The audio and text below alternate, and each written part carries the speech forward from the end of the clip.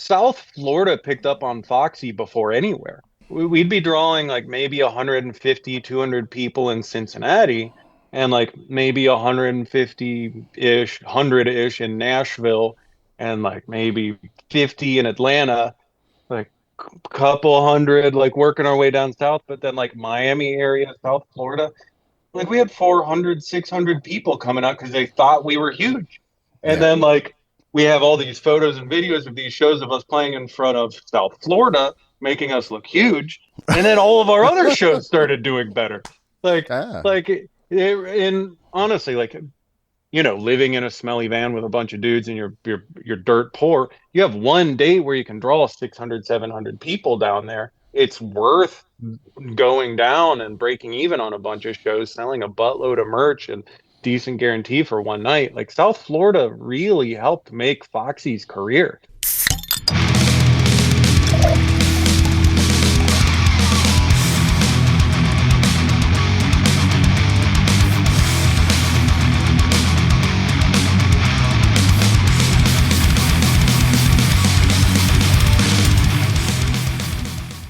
What's up, everyone? Welcome to the RRBG podcast. Today, we welcome back my good buddy, Sky White, Foxy Shazam, and Wendigo Tea. Look at that, pouring a fresh cup of tea. Which one is that one? What do you got? That's a King Dragon. It's like a King nice, Dragon. nice Oolong? classic dark oolong. Yeah. Nice. I can't remember what all of our stuff you've had. I remember I sent you a decent amount of stuff a while ago, but I Yeah, can't I remember tried. I everything. tried most of it. I think I tried the oolong. I tried Wendigo Green. I've had, I That's believe my jam right there. yeah, the green's great. You sent me something that was like a weird little like spiky thing that you just put Yeah, the Yeti. the Yeah, Yeti. I'm the only source in the US for that one. It's a like super high altitude Himalayan white tea that you can steep like 15 times, and its little Nice. arms reach up at you out of your cup. Like you can steep it forever, it never gets bitter. That's Like so that's the so kind of cool. stuff that's awesome. That's yeah, dude. That's incredible. I mean, how come that's not like a bigger like like it's not popularized? I guess like it's Well, not taken advantage of like green tea is. You know what I mean? Green tea's everywhere. it's well, just looking at that thing, it is obvious it's like very expensive. It's Yeah, that's literally true. a hand woven tea, right? All right, you explained that to me Like last time. They like do it by hand. yeah. So there's there's a really big difference in like it's the exact same thing with beer. Like really high level craft beer that not everyone is going to like. And then like the artful wild shit that literally can't be scaled up because it's like economically impossible and there isn't the clientele for it. So Mm, like there's ways to scale that up to the kinds of people that would want it, but like it's there's a lot of correlation between like rare, bizarre, crazy shit, the kind of stuff that Wendigo focuses on and like what works with the masses, right? yeah, Like I yeah. got a handful of things like this oolong every normal person's gonna like, but like yeah, we can we can get super deep into the weeds of all sorts of tea stuff. You got any questions? What you want to hang out for? Or you just want me riffing on tea tasting for the next 2.5 hours? Let's do it. I mean, I'm all about it, man. Like honestly, I just wanted to talk to you because it's been so long. I mean, it's been years. I mean, I haven't talked to you face to face since before the pandemic, right, or around the Yeah. pandemic. Yeah, I can't remember, dude. Like I don't think I when was doing video at the time. yeah. Yeah. Now I figured out It how to was before record. it was pre-pandemic when we talked. I remember that. I Mm, think it was a while ago. It was like in one of your top 10 episodes or something like that. yeah, buddy. Well, it's an honor to have you back, and it's been a long time. So I wanted to just shoot the shit with you, talk about all this new stuff you got going on. I mean, Foxy's as active as ever. There was an album in 2022 and then another one in 2023, like and a double album at that, like a Yeah. long album. What's up? What's going on? Where's Yeah, this so pretty stroke of much we had most of like a 8-year hiatus. yeah. So, like when we played together, that was like the thick of Foxy doing 300 shows a year. We pretty much did that until 2014. And like, it was just like just infinite shows, and then Yeah. we took a hiatus. And then honestly, not long after the hiatus started, we started getting back together and trying to like look for like a new Foxy sound and like new stuff to explore and like how to just everything what we wanted to actually do. Like how do we make everything Foxy do from here on out special and important? And like, there's like art is hard, man. Like art, your life is long, and the things that bring you joy, like sweating balls in a van for 10 years, those are some of the greatest moments of my life, but I know going through it were like hard and awful. And so yeah, like just the last handful of years, so mid-pandemic, so we were taking our time working on this record called Burn, and Hmm. like literally pre-pandemic had a record called Burn, like the whole thing done, and there's like riots happening. Everyone who Wow. had this like bent up like fear and rage, and like that's like we were kind of writing that record kind of based around the world of like art, like and That's how it is. You react so to what's going on. Yeah. but like our the thing with Foxy is we always release stuff, and then like a bunch of years later that the universe kind of taps into something that is similar to what we're doing. Since we waited, we had it like Mm, right ready. We are like, we're putting this out right now. So we just put it nice. out. And so yeah, that was Burn. And then right after that, there was a record called Heart Behead You, which was our Mm. version of like love songs. I really Just like like that Heart. I think is the second track. Heart. oh yeah, yeah, yeah, That's a yeah. throwback right there for you Yeah, guys. I knew you'd love that one. Yeah, we every record we gotta have the like, by the way, we're still monster players and we can write stuff that you don't understand. So like like a lot of just exploring the like heavier, fun, jarring stuff is like kind of a part of the Foxy lore. That's where we Sure. started with Flamingo Trigger.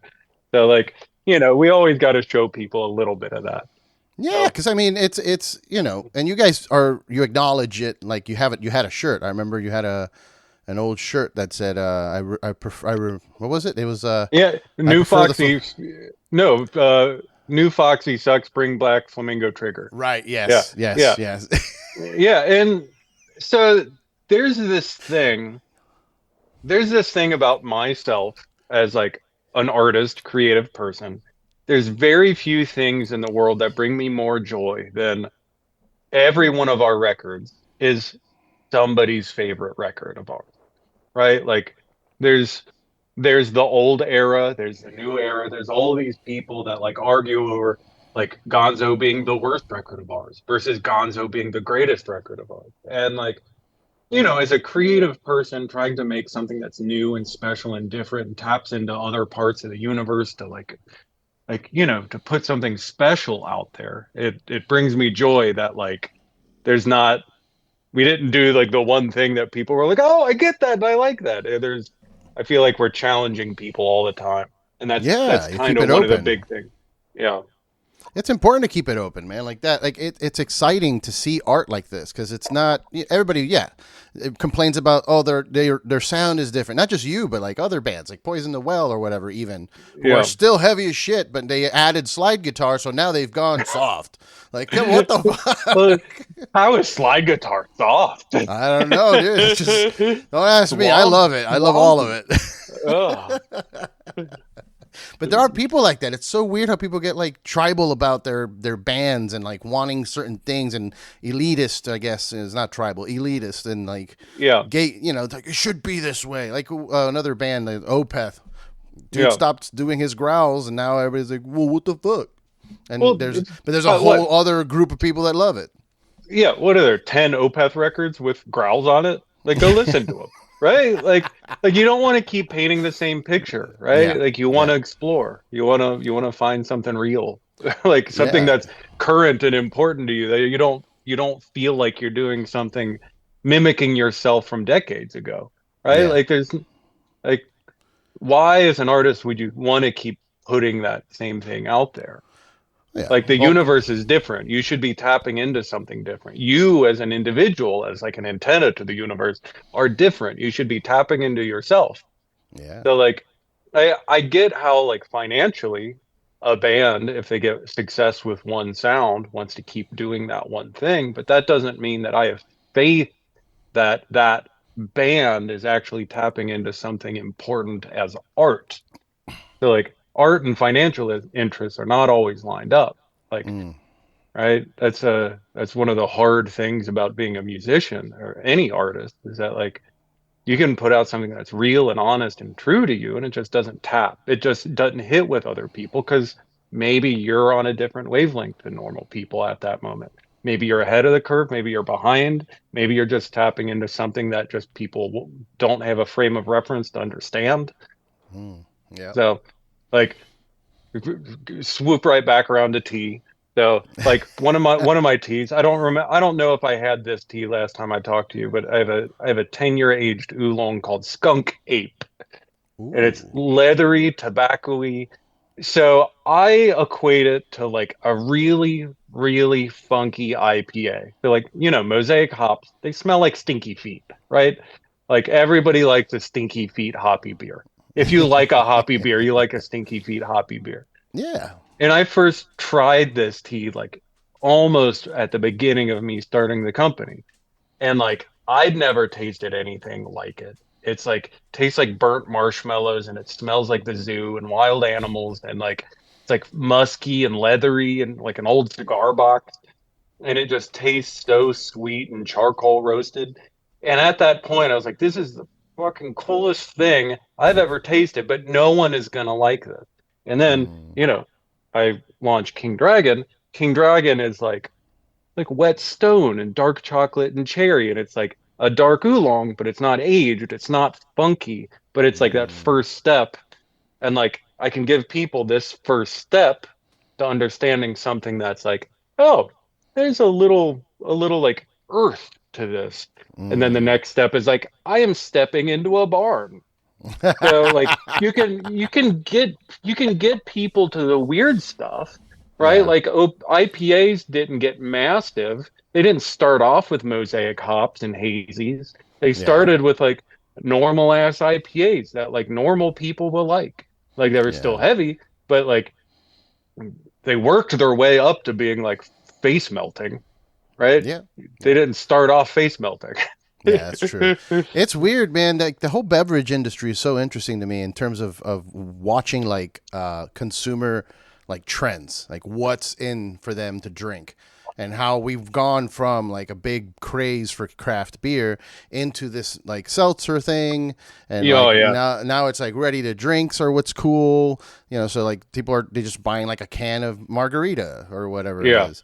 And it's just interesting to see that because when craft beer was a big thing, everybody was I felt like the momentum was, wow, that beer was crazy. What else you got? And like they Yeah, wanted to yeah. keep escalating, like trying crazier things. Like, okay, well, we're gonna age it in bourbon barrels then and see how that tastes Yeah. once we throw a bunch of hops at it. And then Yeah. eventually it got to for beer, for craft beer, the IPAs got to this point where they're not even beers anymore. They're fucking daiquiris. They're Yeah. smoothies with lactose in them and fruit. And I'm just Yeah. like, guys, stop! Like, pump the Yeah. brakes. Yeah. So is that something that you think? Like, man, I just wonder, like, how can we approach bringing that craze into the tea world where they want to explore something like that? Because I want to try that. That sounds nice to me. What you were explaining. Well, so I don't have I don't have a skunk ape next to me, but Mm, hold on, let me see if I can do a thing. So pretty much what I try doing, you've seen all my branding, my artwork. yeah. Like what worked with craft beer was artwork, right? Yes. Yeah. Normal people walking past like some bush light, something dumb, and then you see like arrogant bastard. You remember when arrogant bastard was like the one cool looking thing on the shelf, Yeah. Yeah. right? Yeah. Like I remember those days and I was like, man, that thing just looks totally different than everything else. And like that And was the lettering was in the back. It was like an asshole talking to you, basically. yeah, yeah. Yeah, it Yeah, was you like the probably opposite. can't drink this beer. Yeah.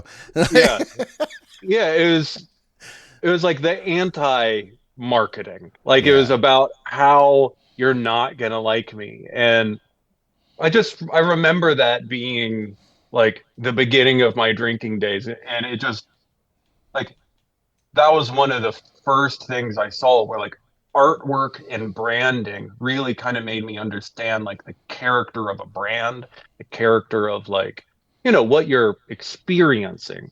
Because like a product is a product, like a product that looks like a can of beer that says fucking beer on it. Yeah. Like it's right, like almost everything was like that. And then as soon as people started leaning into the artwork, the character, the brand, like kind of painting a bigger picture around the flavors that people are experiencing, people were willing to go further with companies. So, Yeah. Yeah. so that's what I try doing. If you look at any of my products, like if you're listening on a podcast right now, in the show notes, there's a link to Skunk Ape, so you can look at the Skunk Ape. Or like, yeah, so there's like all my teas are named after monsters and cryptids and beasts, and it's all like pretty dark branding, like the Wendigo, like it's Wendigo Tea Company. It's a pretty kind of the scariest cryptid you've ever heard of. If it touches you, you crave human meat and like Mm. lose your mind. The deer head, yeah, that's Have you pretty done intense. Monster Palooza? I have not done Monster Palooza. You should do Monster Palooza out here, Is man. it is it a big expo?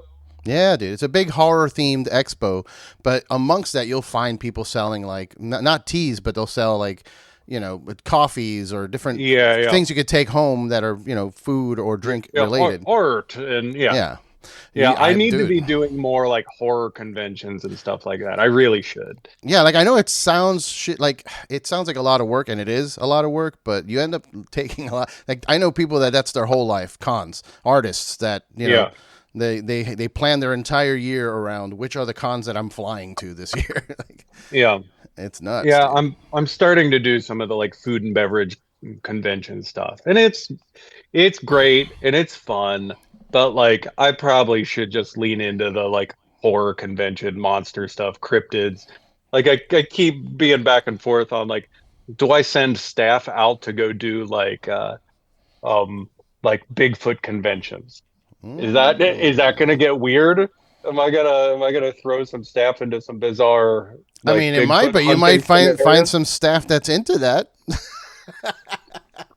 Some Um, staff member that's like, I want to go hang out around Bigfoot. Let's go. yeah, yeah. But yeah, no, dude, it's there's some things it's gonna get weird, but just navigate it. It'll be fine. The horror Yeah. cons aren't that weird. Those are kind of like they're pretty popular out here in L.A. and Pasadena. I think they do it every year, and then they to the point where they started doing Son of Monster Palooza, which is like a second show because they're like, we Yeah. got to do it. We got to keep making money. This is crazy. Yeah, yeah. Yeah, this first one has too many people. We need to spread it out and make more money. Yeah, Yeah. yeah, yeah. And spread it out. It's the same amount of people. Like they just go in different points of the year. But dude, I love what you're doing. I want you to keep. I want to help make it bigger. Like that's awesome, dude. I want you to be able to just do that if you wanted. Because I wanted to ask you this: how do you feel playing shows again? Like now with the different sound that you guys have. I mean, is it still as insane? Like you guys were just doing when we played shows together. You guys were doing the craziest things I've ever seen in my life, like So more than anybody. I I think so. So when we were younger, it was a little more like it's a good way of putting it. Yeah, this is a young, hard. you were young. Yeah, yeah, young and wild. Yeah. Like I think now everybody in the band we're all better players. We're in better shape, honestly. Like Eric's running like a marathon a day. Like What? literally dudes running like 10 to 13 miles like all the time. It's ridiculous. And He's got to like keep my that shape. yeah. So there's definitely parts of the show that are like we're significantly better. Like I am like I'll listen to old live shows and I'm like, man, I'm kind of hitting those notes, but it looks crazy and there's crowd getting thrown on top of me while I'm playing. Like now it's pretty much flawless everything every time. Like none of the tours where they're like a single note wrong. which is like Nice. that's kind of one of those things Foxy does. Like in order for it to look wild but also be perfect, we just rehearse more than most people. So like before we came back, we had what 3 months of like 9 to 5 rehearsals, just literally all day, every day for month after month after month. Literally just rented out a Masonic lodge that was obviously haunted, just like just playing the set over and over and over and over and over. And like now, anytime we get together, it's like literally these notes are in these hands. Like you're not gonna mess it up. Nice. So, Nice. But so I mean, are you still like going out into the crowd with your piano and like oh yeah, surfing over the crowd? yeah, I did Riot Fest last year. It was ridiculous. Like I made it like 100 feet out into the crowd. Yeah, yeah. See photos and show Yes, notes yes, dude. below. It's Yeah. it's nuts. I don't know. I mean, I bring Foxy Shazam up to people, and a lot of times some people will be like, yeah, oh yeah, I've heard them. I'm like, have you seen them live though? Because it's Yeah, a yeah. whole different thing. Like watching the show. I mean, that's really what drew me into you guys the first time we played together. I was just kind of like, what the fuck is happening on stage right now? Is Yeah. that a basketball hoop? What is happening?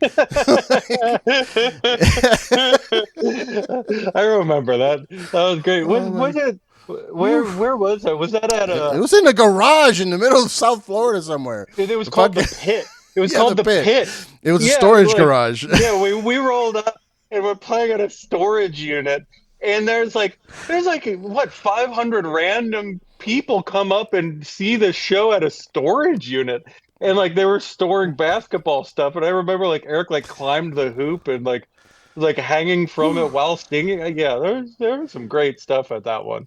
I Dude, remember it South. being incredibly hot and incredibly dangerous feeling. Oh yeah, yeah, yeah, yeah. One of my buddies had a crutch. Like he was in there with Uh, crutches, and then all of a sudden I see the crutch flying over me. I'm like, what the fuck? that It's reads true. yeah, man. South Florida back then was intense. I mean, I don't know if that was happening across every state, which maybe I'm sure there was, but Yeah, the South Florida shows to me were insane. if I ever explained that to you, where like South Florida picked up on Foxy before anywhere. Like Yeah, we'd be drawing like maybe 150, 200 people in Cincinnati and like maybe 150-ish, 100-ish in Nashville and like maybe 50 in Atlanta, like couple hundred like working our way down south, but then like Miami area, South Florida, like we had 400, 600 people coming out because they thought we were huge. And yeah. then like we have all these photos and videos of these shows of us playing in front of South Florida, making us look huge. And then all of our other shows started doing better. Like Ah, and honestly, like living in a smelly van with a bunch of dudes and you're dirt poor, you have one day where you can draw 600, 700 people down there. It's worth going down and breaking even on a bunch of shows, selling a buttload of merch and decent guarantee for one night. Like South Florida really helped make Foxy's career. We wouldn't have been able to do those southern runs, which were the first routes that really picked up on us. So yeah, man. Yeah, it was a lot of yeah, my friends, a lot of my buddies from Homestead were big, big, big fans of you guys. All the dudes from down there. yeah, Yeah, dude, it was nuts, and like you said, it is worth it because some bands they don't even go to Miami because of the gas or whatever. It's a haul to get down there, but you can go away with a good experience. You can also go away with a really bad experience, which I've had plenty of down there. oh yeah, yeah, for sure. But I mean, shit, we played a show. But see, that's even crazy. Is the difference of it has specific South Florida. Like we played a show together in I think it was Gainesville or Tallahassee or something in a coffee shop. Yeah. I think I know what you're talking about. That Yeah, was weird. yeah, But that's to me, Miami is not like when you say Florida. I don't think of Gainesville. I think of Miami because that's where I'm from. yeah, yeah, And it's yeah, and when I think about people from Gainesville, they're not those aren't Floridians. yeah. Those are white people that are just up there somewhere. Yeah. But dude, so okay, I was listening to the newest album, Dark Blue Night, the other night, and Yeah, yeah. it felt like a movie. Like, is that kind of what you're going for? Is it a cinematic feel? Have you thought about doing more visual stuff as like a movie with music? Well, so Dark Blue Night, that one was put together over a big hunk of time, so partially during the pandemic. Actually, Okay. almost all of it was during the pandemic. But there were also like tracks which were old demos that were like beautiful things that were written that we were like, okay, this we need to actually find the place for this. Like Dark Blue Night for me, like each different member of the band may have different words for how they talk about this record. Dark Blue Night was made for the Foxy diehards, like the people that have been with us from the beginning. They love every record, and like they're all about like, man, maybe I want to hear like a really heavy song, and then an R&B song, and then string orchestration, and then like a hip hop song, and then just like give them a bizarre journey and like take them there. But there's a certain filter over that whole record. It feels a certain way. It takes you out of yourself. So yeah, like Dark Blue Night, like we didn't even like try finding new fans for that. It was mainly just like this is a gift for our diehards. Like Gotcha. so, Gotcha. so yeah, we are putting out a double vinyl, our first double vinyl for that one, which is exciting. Yeah, it took me So a second because I was looking at the link and I saw the price at first. I was like, "What?" And then I realized, oh, it's a double vinyl. I'm like, "Oh, okay, that yeah, makes more sense." And then I heard the whole album. I saw like it's like what 18 tracks or something. yeah, it's up there. Wow, man! I really liked Perfume. That one was a good one. I mean, it doesn't sound like anything that I've heard from you guys in Anything. the past. Yeah. So it was just, but it was still very good. So there's it all depends on how elitist you want to be. Like, it's not my Foxy, but Yeah. but no, it's great, dude. I love it. I was gonna say too, going back to live shows. I think we talked about this last time, but I was talking to my sister just now before hopping on here that was her first concert ever. Was Foxy at the Wilmington, North Carolina. Oh, wait, hold on. Was that the Soapbox Laundry Lounge? Yes. Wait, was it the time we played there at 4 a.m.? No, I don't know. It was Okay, late. It was just late, but it making wasn't sure. 4 a.m. It wasn't 4 a.m. We- No. And it was you guys. And there was a couple other bands there. I don't remember their names now. There was one that had like the same word twice. I don't know, but I don't know, man. I don't know. But you guys were incredible, and that was my little sister's very first live show. And she was like blown away because Eric was Like, I need to hopping go to up. live shows more often. She's like, Yeah. "Is this how they all are?" I'm like, "Yeah." She's like, "Oh my god." So yeah, she loves you guys. Like I remember walking when we were living together for a bit. She was listening to Introducing, and I would just walk by and I'd hear it blasting out of her room, and I'd open the door and she's just there like this, and I was like, "God damn, that's cool." Like obviously you guys have something that's kind of timeless. Like it fits for all ages. I don't know. Try. It's Try. like for the people that are willing to listen, I feel like we have something important for everyone. Yeah. Like not everyone wants to be challenged, right? Like none of our records are easy, right? Like the closest one would probably be the Warner Brothers record, Which one was that one? The one with the self-titled, the the white cover basketball. one. Yeah. Yeah. That was probably the closest to where like normal people can listen through it, not be super challenged. But there's still some weird time signatures, heavy stuff, heavy hits. It's pretty off the wall. So like that was the closest thing for like we're a band you'll like. Here you go. Everything else is like, Church of Rock and Roll was like Foxy acting like we're like a rock band, right? Like that one is like we're not really a rock band, but like we're something that is similar to a rock band.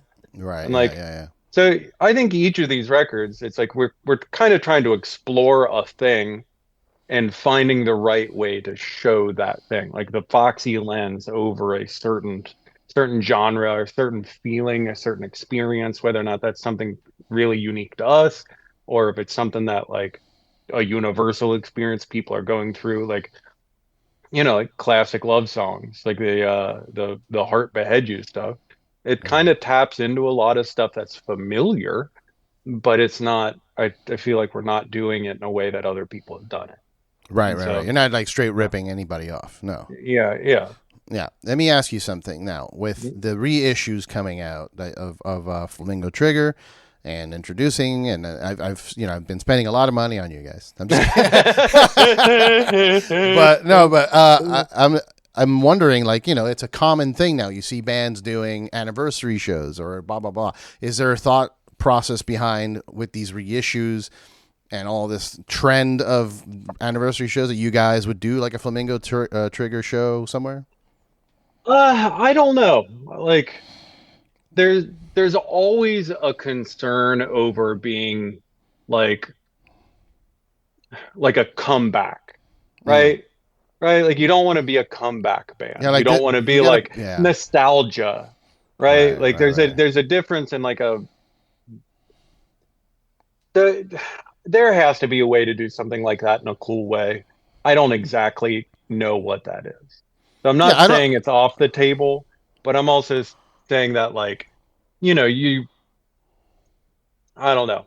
I don't know. There's a I way say for you Foxy pick. to do something like that in a way that makes sense, but I Yeah. don't know what that is. But we are coming up on our 20 year since Come Flamingo Trigger. on, come on. It sells itself. Look, one night only. One night only. We're doing Flamingo Trigger for the 20th anniversary, and that's it. No, don't expect this any other night of the week. You know. Yeah. Yeah, I'd fly to fucking Ohio for that. You got to crowd surf? I'll crowd A surf, dude. I'll come out of Mosh retirement. bunch of mid 30s and low 40s people like, oh, my knees, my back. My Everybody back. getting hurt in a mock pit now. Oh yeah, hell yeah. Dude, Yeah, hilarious. I recently came out of Mosh retirement for my buddy. I went to see his band and they called me out and I was like, well, fuck, I guess I have to mosh.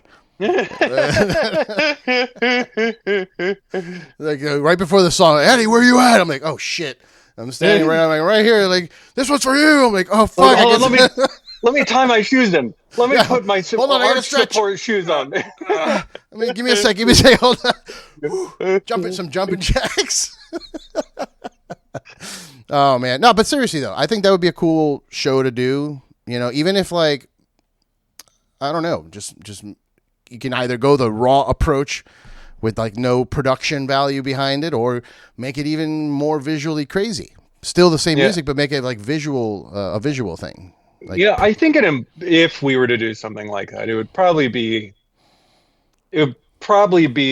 how we today would play those songs, right? ooh, Notes would probably be all the same, but like there's an attitude different from me at my mid 30s versus me at 17.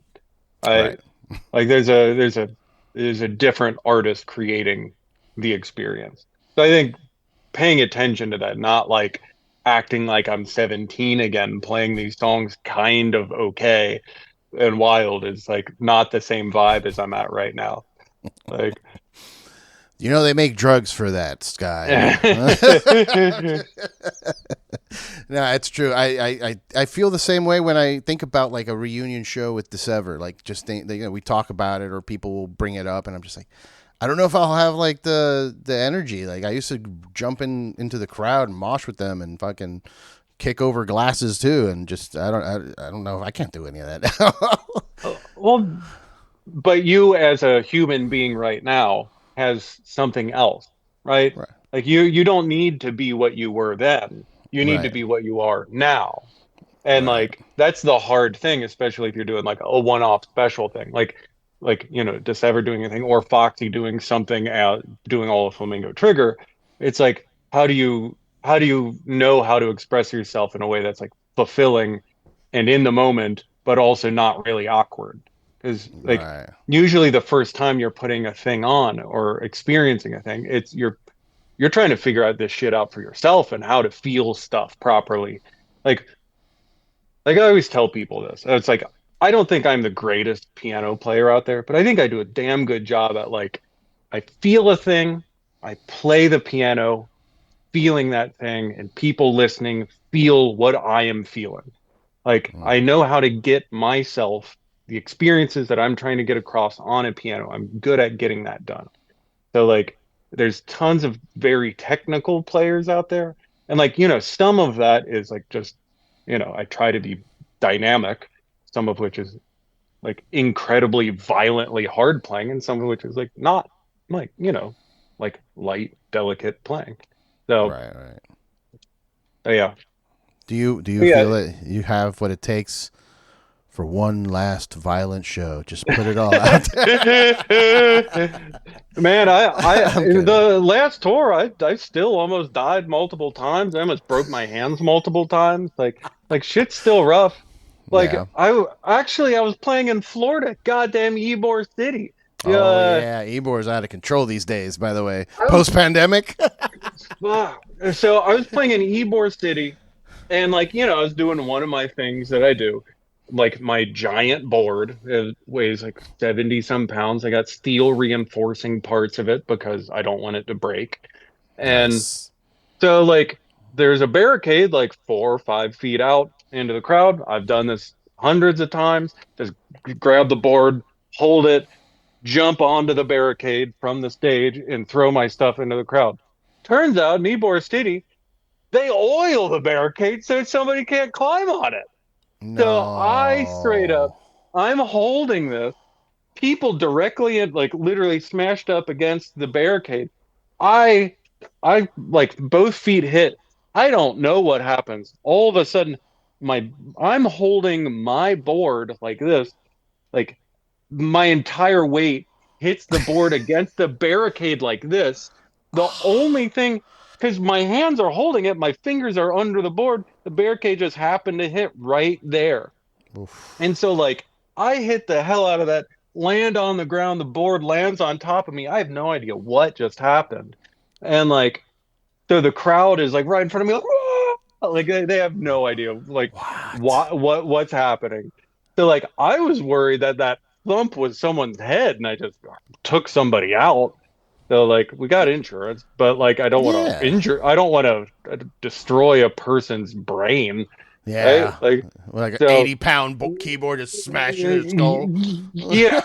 So like, so it was like Oh fuck. that was one of, and like I've done this so many times. Like I've never experienced a barricade that was oiled before. Oiled barricades. Yeah, so I That's a guess that's song a title right there.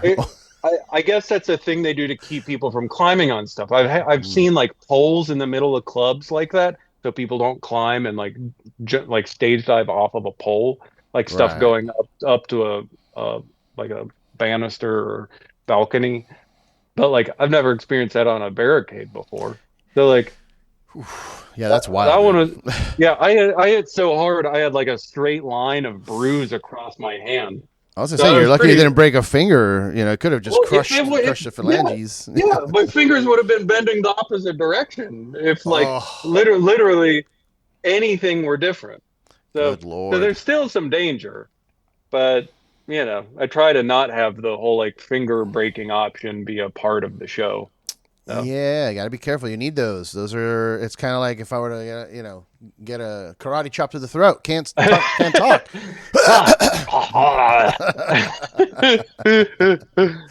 Oh man. So all right. Now the album came out. What was it? March. Is that when it came out? I can't. I think so. You think? We always have so many records in the works. We already have another one that's like done. Oh Like wow. another, yeah. We always by the time one record comes out, we tend to have the next one like done or almost done. So That's that's wild. How are you yeah, doing that's that? Are you tour? I mean, you're touring. You're doing shows. Maybe yeah. not like long tours, but We're doing like what 50, maybe 70 shows a year, something like that. Not a mm, lot. Like that's it feels like nothing because we did like 300 shows a year forever.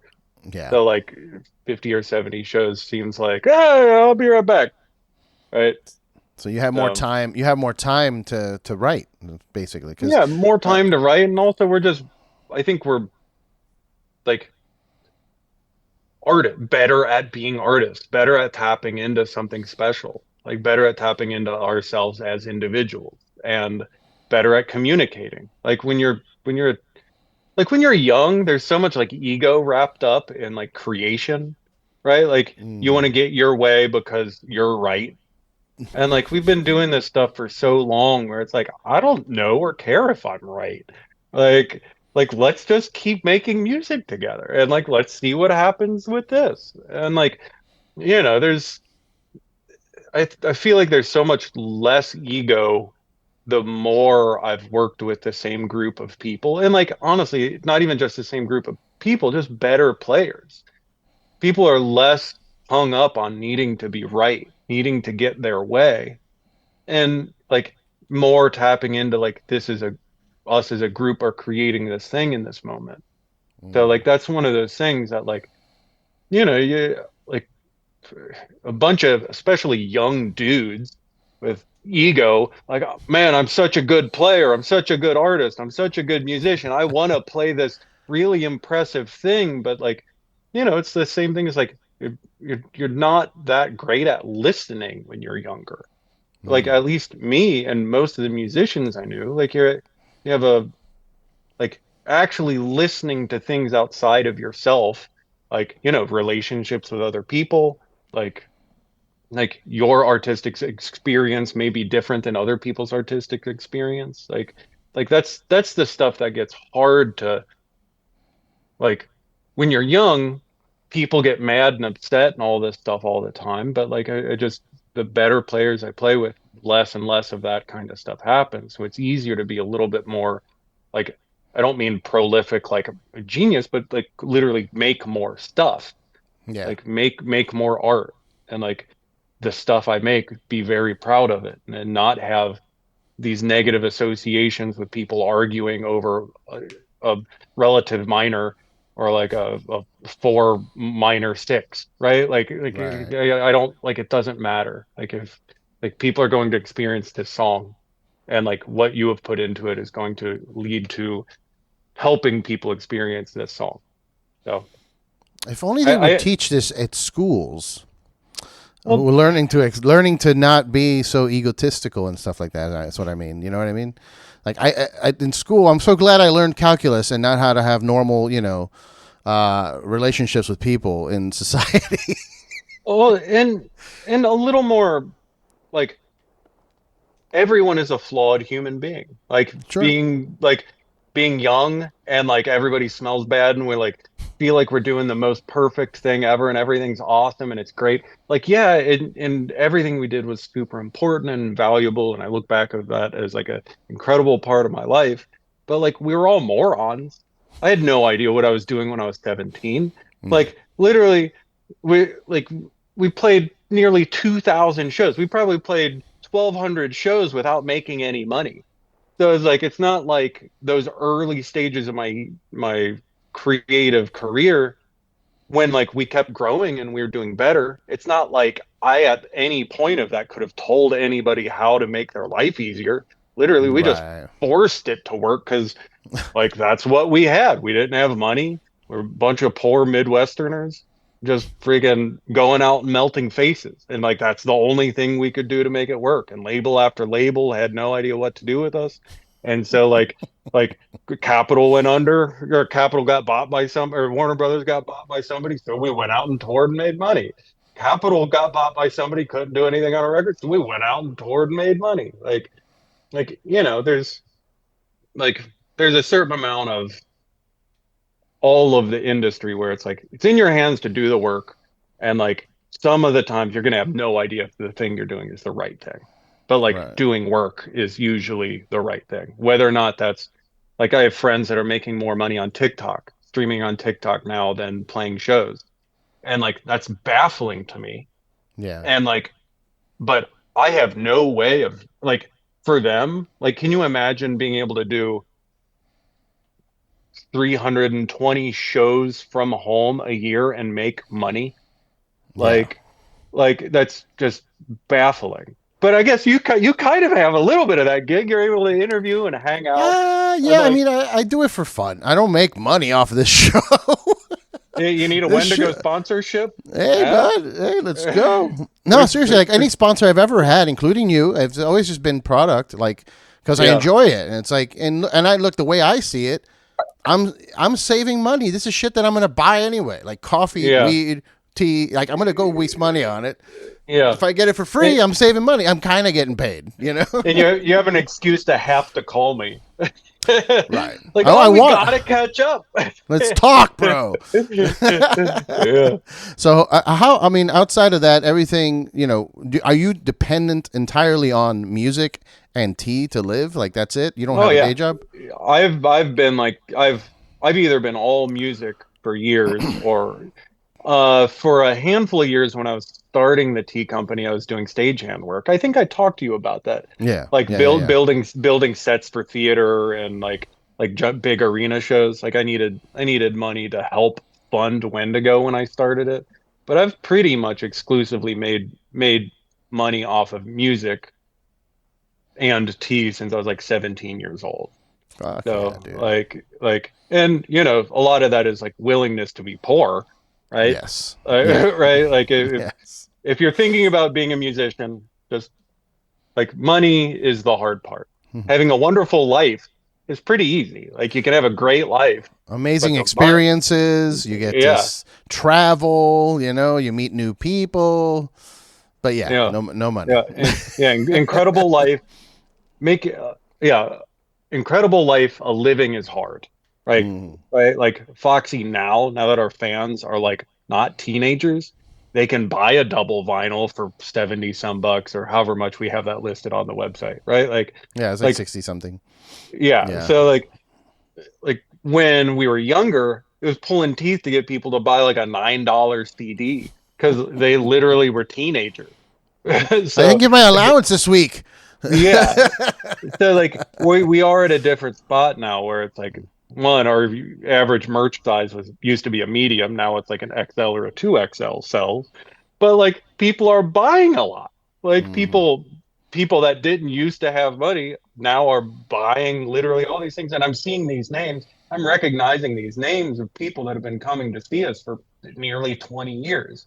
And like literally almost every order that comes through the store, I'm recognizing just as all these like we have all these like lifer fans. It's touching. Like That's awesome. the first show Foxy had back, I looked out at like we had this giant banner with like our logo on it. It was a kabuki drop, and like the logo is on it. It dropped from the ceiling. There were 3,500 people at the Cincinnati show, which is more than we've ever headlined in front of in our entire career.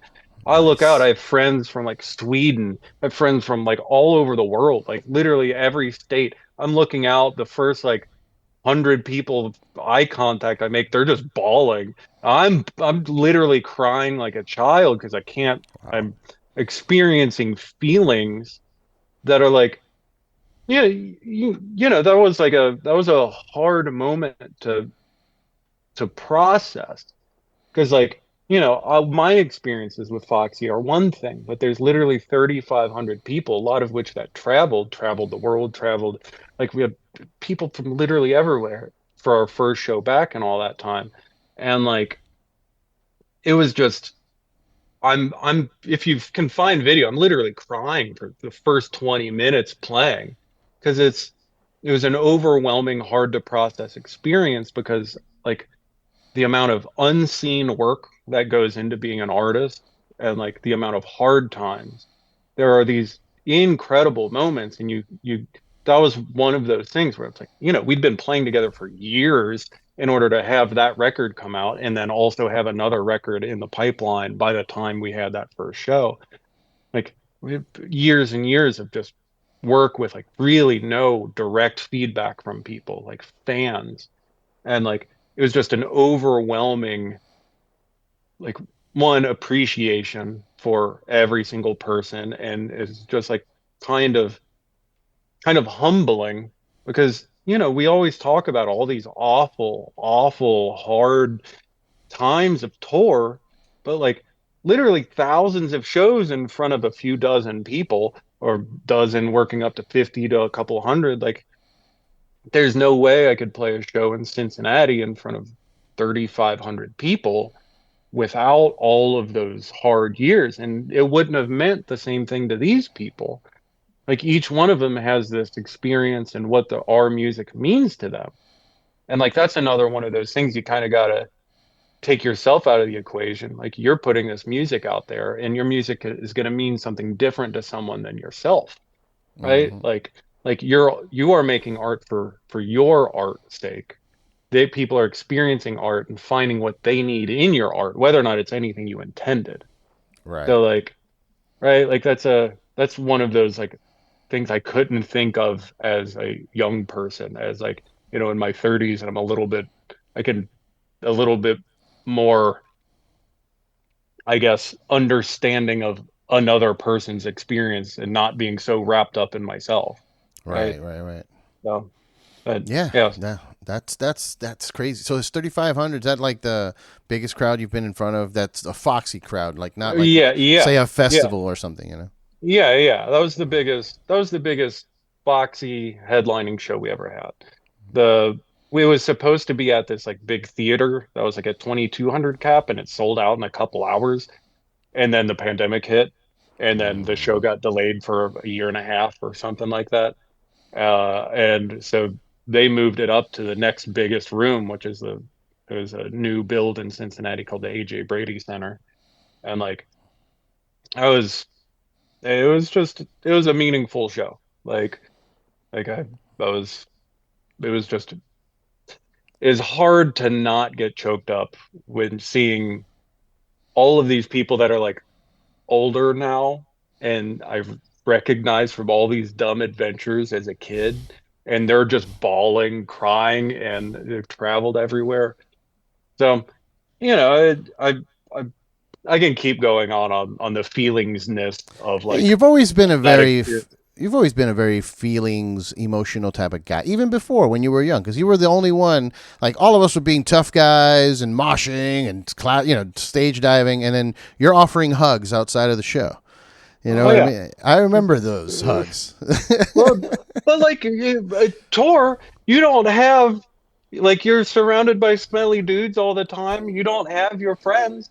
Yeah. Like you like your joy you can experience is meeting new people and making new friends. And like that was one of those things where it's like, yeah, I definitely did a decent amount of moshing, but there was also like, the genuine real joy of like experiencing a new city, even though early on we didn't have enough money to do anything in a new city. But like Get to look at experiencing it. new, yeah, meeting new people and like meeting fans and other bands, like, right, like meeting other artists, like they're like we're all weird, man. Like we're all just a little bit off in one way or another. So like meeting everybody's variation on that is Yeah. was always very interesting.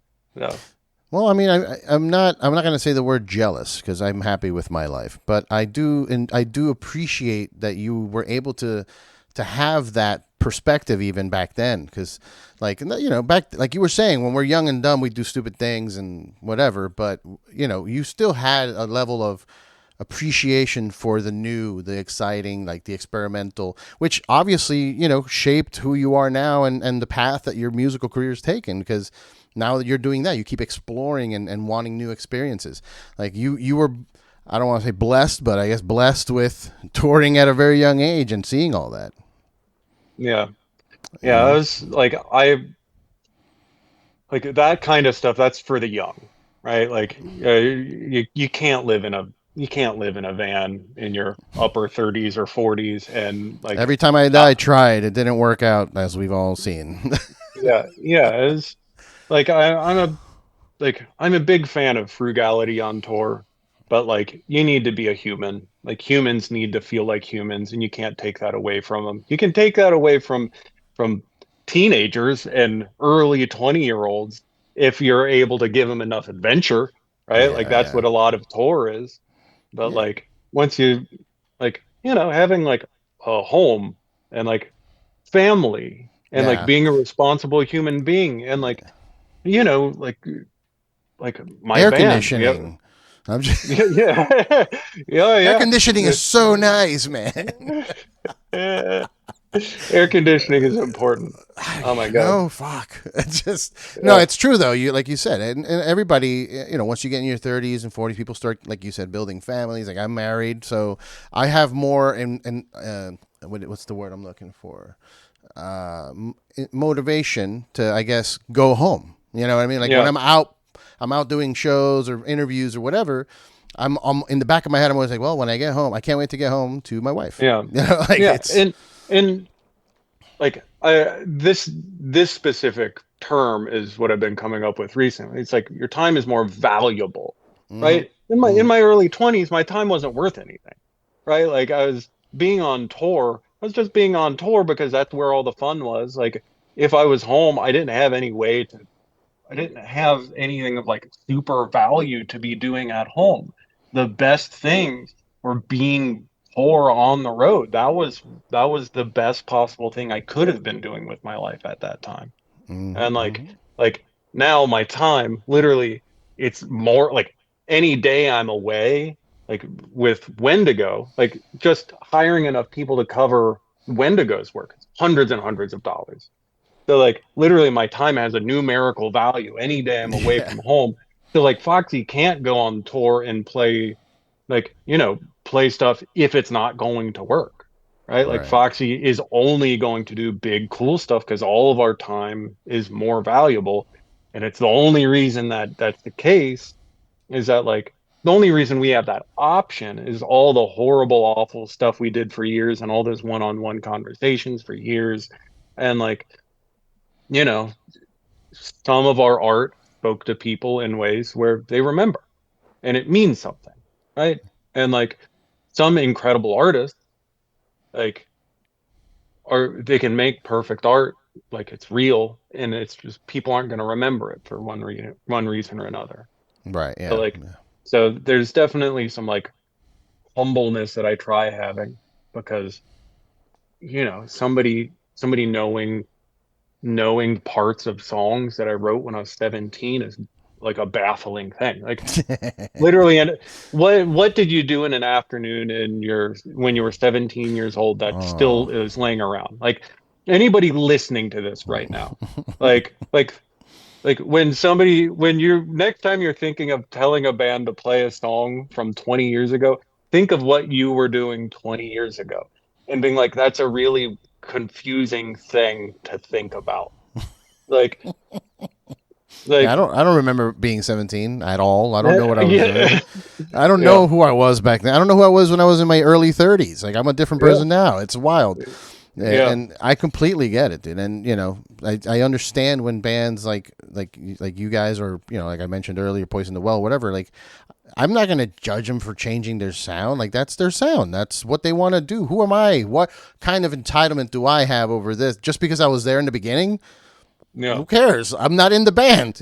yeah, yeah, yeah. Your opinion as not the artist does not Yeah, matter. yeah, exactly. So fuck it.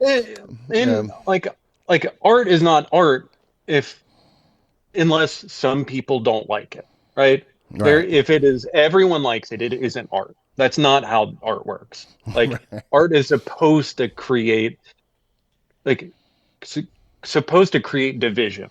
It's supposed to tap into something different with different people. Otherwise, Create it's just a discussion. thing. It's Yeah. just a thing, right? Yeah. Like it's not just a thing to bring people joy.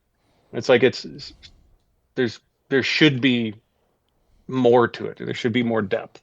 Yeah. So I yeah, feel like it. people need to write records and put out records where people are like, what is this? And like Yeah. that's important. Like people need to be less worried about if people don't get that next step they're taking. Like I don't know. This is very much Sky as Foxy Shazam. It's like you're supposed to be a goddamn artist, Right. and Right. like critics have no idea what they're saying. Your fans, like you can think from their lens, but like you shouldn't be trying to make stuff that your fans are going to like. You should be trying to make stuff that is like real and honest from yourself. So Yeah. sorry, I keep being a broken record there. Like No, that's it's true. It's true. It's the difference between art and, like you said, a product that you're putting out. Like if I want a specific type of tea from you, like I'm ordering the Bigfoot, for example. yeah. I expect to get the Bigfoot. You know what I mean? I don't Yeah. expect you to send me something different just because you're Yeah, trying. next time you order, you're gonna get Bigfoot again. And the time Right. after that, you're gonna get Bigfoot. Yeah. Right. Like And me sending you a package of Bigfoot is not me experiencing an artful process. yeah, But exactly. like my records, should be different every time, right? Right. Because that's like that's life, right? Like we're all different people at different moments of life. No. It's a hard So balance though to keep between, trying to make art and trying, like, for the bands that are trying to be artists but also make a living off of it. Like, it's such a hard, that's the hard connection there, which obviously we've seen a lot of bands don't make it. No, they'll get signed and then they just can't follow up, or like, they just keep grinding out the same album and then just hating each other and breaking up. You know what I mean? yeah. It's a tough, Yeah. it's a tough thing to figure out. So, keeping that in mind and keeping in mind that your time is more valuable and you guys are doing less touring. You have a tour coming up. Oh yeah. Yeah, you should pretty much always expect something on the horizon from Foxy for a while. So Yeah. we have more music is always on the way. Like tours are always around the corner if there isn't something on the books. So Head yeah, Automatica is the next yeah, tour. Head Automatic is the next run, and like honestly, that's one of those things where we were all kind of on the on the idea that Foxy doesn't open for anybody anymore. We are our own show. Our fans come to see us. We are outside of what is going on in the music industry. Nothing matters.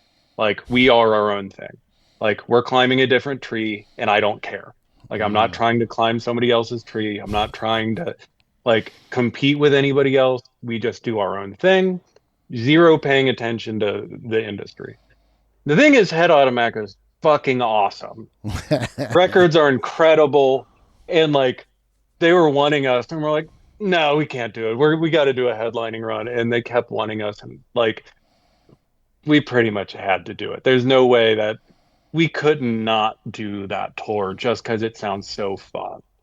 So Hey, it's all a matter of perspective. You're not opening, you're co-headlining. it, yeah, The it's their co-main tour. event. Co-main Yeah. event.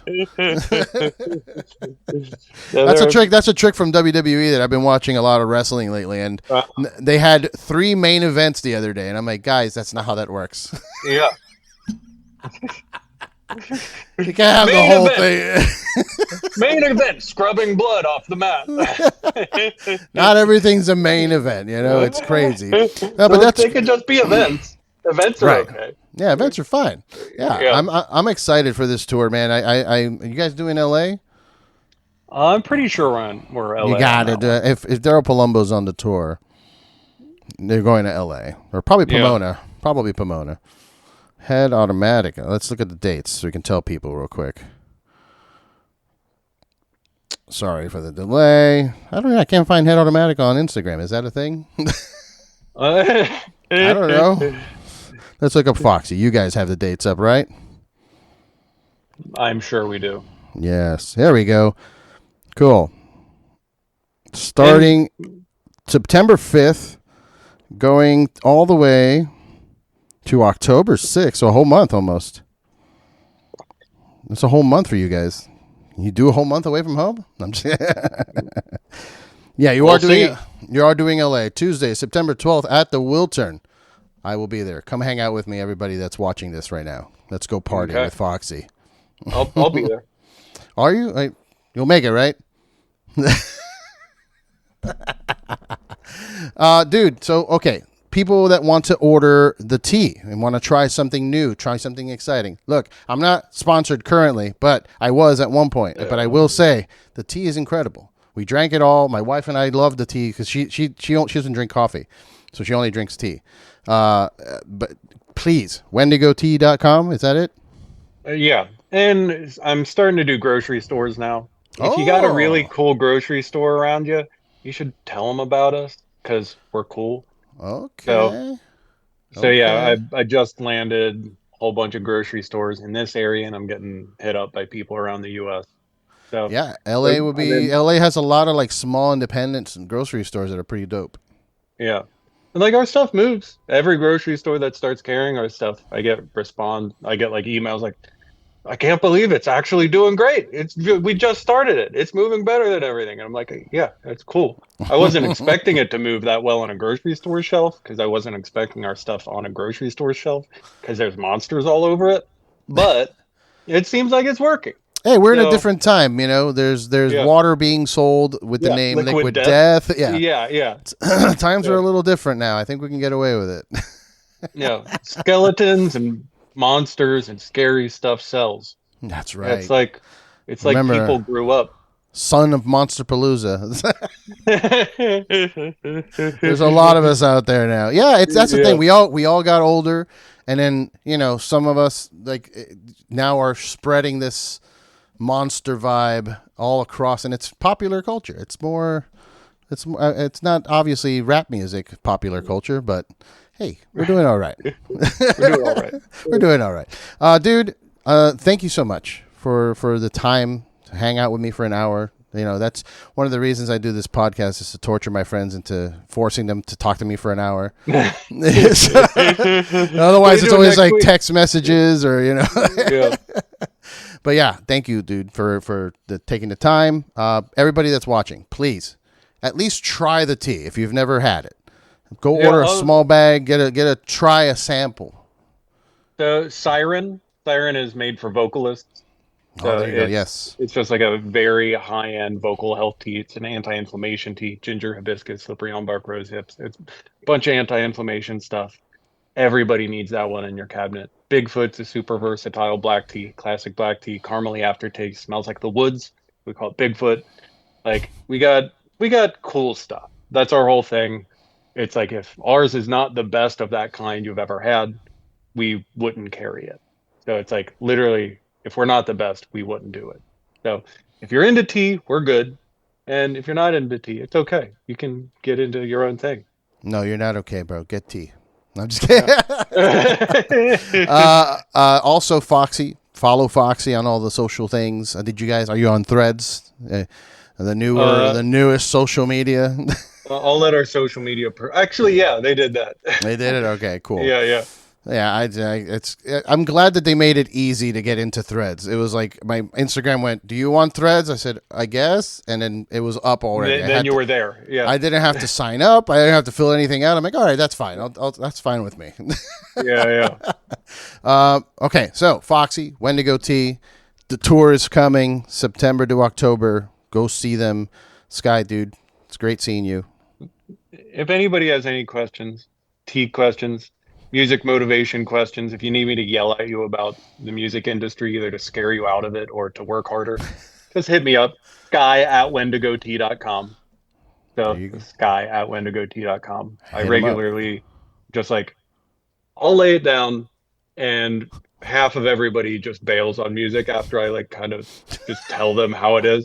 And the other half do better with music because Yeah. it's like, oh my God, I have to work. I have to work every day. I have to work all the time. So Yeah, yeah. That's a life lesson right there that you learn when you get a little older in your late 30s and 40s. You have to work all the time, and yeah, and find the thing that you want to do, and then work on it forever. Like that's yeah, it. yeah, yeah, It's super easy. That's why to this day, I do this podcast. I'm trying to just work, do something. yeah, It's just not going to yeah, happen. yeah. Do something you care about and do it as much as you can. Yeah. Fuck yeah, dude. All right, man. I'll see you in September. Okay. Love you, bud. Love you too, bud. Take Great care. seeing you again. Great Okay. seeing you. See ya.